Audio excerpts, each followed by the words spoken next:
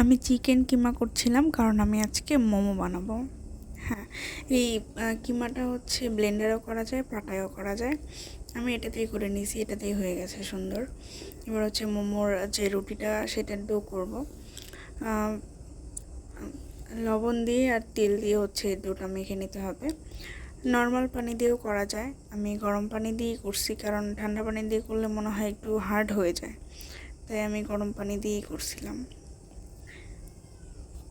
পানিটা একদম বলক আনলেও চলবে, তারপর একদম কুসুম গরম থাকলেও চলবে, কোনো সমস্যা নেই।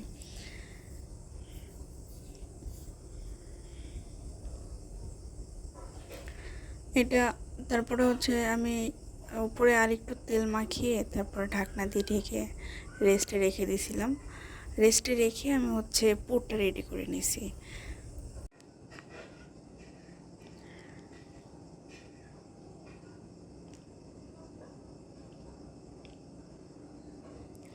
কড়াইতে জিরা ফোড়ন দিয়ে পেঁয়াজ কুচি আর কাঁচামরিচ কুচি দিয়ে দিছি।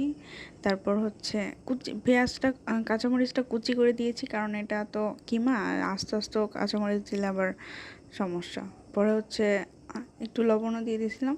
তারপর এটা ভালো করে সতে করে ব্রাউন হয়ে গেলে আদা রসুনের পেস্ট দিয়ে দিয়েছি, ওইটাও একটু ভাজা ভাজা করছি। তারপর হচ্ছে হলুদ গুঁড়া, মরিচ গুঁড়া, ধনিয়া গুঁড়া, জিরা গুঁড়া, সব লবণ সব কিছু দিয়ে মশলাটাকে ভালো করে কষাইছি। কষানোর পরে যখন তেল উঠে আসছে তখন হচ্ছে চিকেন কিমাটা দিয়ে দিয়েছি। তারপর ওইটাকেও খুব ভালো করে একটু লো আঁচে রেখে খুব ভালো করে ভেজে নিতে হবে। যখন ভাজা প্রায় হয়ে যাবে তখন হচ্ছে একটু টমেটো সস দিয়ে দিছি। আর নুনটা চেক করতে পারেন, কারণ নুন কম হলে খেতে একদম ভালো লাগবে না, তখন কষ্টটাই বৃথা হয়ে যাবে।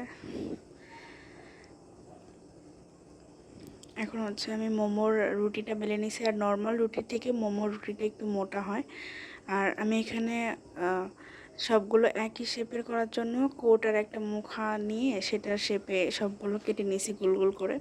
আপনারা চাইলে ছোটো ছোটো লেচি করে কেটে নিতে পারেন। তারপর হচ্ছে আমি মাঝখানে কিমা পুরটা দিয়ে তারপরে হচ্ছে চার সাইডে পানি লাগিয়ে এখন ভাজ করে নিচ্ছি। মোমোর ভাজ তো অনেক রকম করা যায়, পুলি পিঠার মতোও করা যায়, যে যার ইচ্ছা মতো ভাজ করে নেবেন।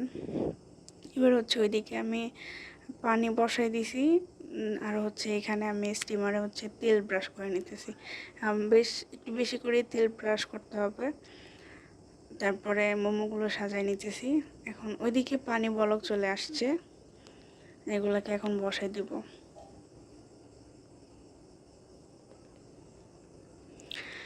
আর পানি বলক এসে যদি পানি এই ওপরেও ওঠে তাতেও কোনো সমস্যা নেই। আর যখন এটা ট্রান্সপারেন্ট হয়ে যাবে দেখতে, তখন বুঝবেন যে এটা রেডি, এটা হয়ে গেছে। দেখেই কি লোভনীয় লাগতেছে, আমার এখন আবারও খাইতে মন চাইতেছে। এই মোমোর সস তো অনেক রকমের হয়, আমি টমেটো সস দিয়েই খেয়েছিলাম, তাতেই খুব মজা লাগছে। বিশেষ করে হচ্ছে পুরটা খুব মজা হয়েছিল। এটা একটু সময় সাপেক্ষ ব্যাপার, কিন্তু সুস্বাদু খাবার খেতে হলে একটু তো কষ্ট করতেই হবে।